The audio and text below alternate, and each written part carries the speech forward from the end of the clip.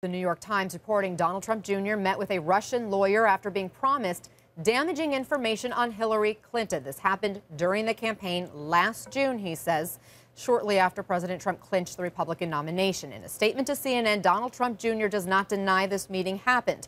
He says it was arranged by an acquaintance he knew from the 2013 Miss Universe pageant, which was held in Russia. He says he did not know the name of the person he would be meeting.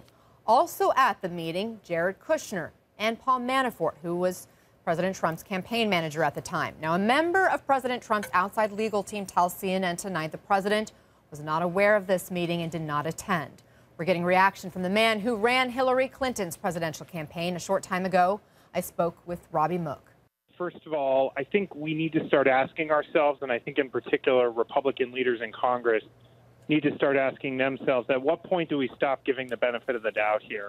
The evidence here of these close ties with Russia continue to mount with each and every day. But then secondly, what's particularly concerning to me is we are seeing it play out in actual policy. And you mentioned Don Jr. was in the meeting. So is Jared Kushner, who is now a government employee. He is a senior advisor to the president, an official in the government. We saw the president propose this morning that the Russian government work with the United States to create some sort of cybersecurity entity for our elections, which is frightening. We've been reading that the president is doing everything he can to stop a bipartisan bill to impose further sanctions on the Russians to punish them for intervening in our election. So at some point, somebody needs to step up and say enough is enough. And the Trump administration has to clean house. It has to get rid of conflicts of interest. And somebody's got to step in and make sure that our foreign policy is not being overtaken by Russian influence. This wasn't just anybody. This was an advocate and a voice for Vladimir Putin.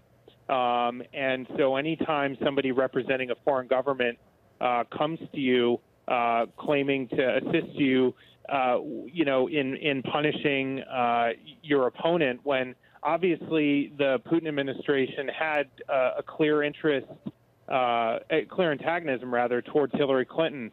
I think that should have paused them. But what's particularly interesting and frightening about what's happened here, too, is these same individuals said they'd never met with the Russians. And only months later, as an investigation is going on with some pretty experienced prosecutors, all of a sudden all this new information is coming out. So, yes, there are real questions about why they took this meeting, but also why didn't they, as the law tells them they have to, reveal that they've had this meeting?